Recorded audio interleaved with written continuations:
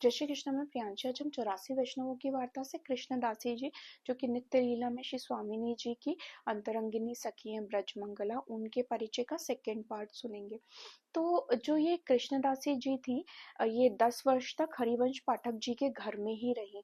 और फिर हरिवंश पाठक जी ने देखा कि ये बड़ी हो रही, इनके घर में स्त्रियां जो थी उनके साथ ही रहती थी। फिर भी जब बड़ी हो रही है तो उन्होंने सोचा कि अब इसका कृष्णदासी जी का विवाह करवा देते। तो उन्होंने बहुत लोगों से बात करी, पर सारे लोगों ने उन्हें मना कर दिया, क्योंकि इनकी जाति का भी लोगों को पता नहीं था, क्योंकि अपने पिता के साथ तो नहीं रहती थी। और सारे लोगों को ये बोलती थी कि जो आपशी के सेवक है मैं उन्हीं के हाथ का खान पान करूंगी, और जो सेवक नहीं है, जो वैष्णव नहीं है, उनके हाथ के खाने पीने का भी कोई मतलब मैं नहीं उनका हाथ का खाना पीना खाऊंगी।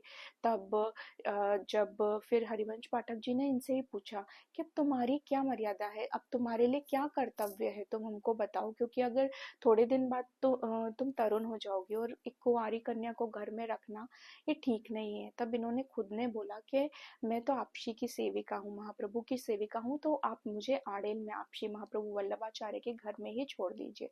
तब हरिवंश पाठक जी इनको लेकर आए, श्री गुसाई जी के पास लेकर आए। तब इन्होंने गुसाई जी के चरण स्पर्श किए। हरिवंश पाठक जी ने गुसाई जी को सारी बात बताई।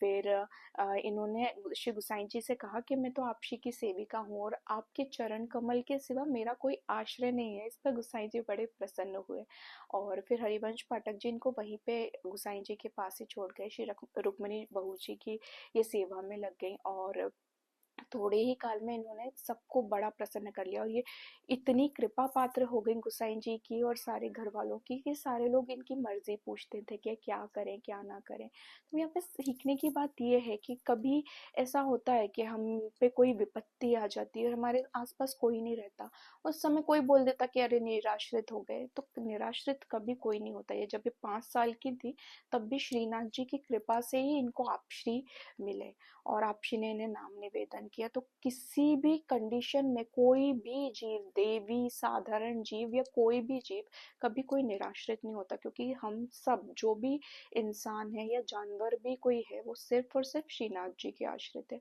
और दूसरा, इनके परिचय से ये भी सीखने को मिलता है कि इन पे कोई भी किसी भी परिस्थिति में इन्होंने अपने सिद्धांत और भक्ति को नहीं छोड़ा। इन्होंने बोला कि मैं किसी वैष्णव, अगर कोई वैष्णव नहीं है तो उसके हाथ का खाना पीना नहीं खाऊंगी।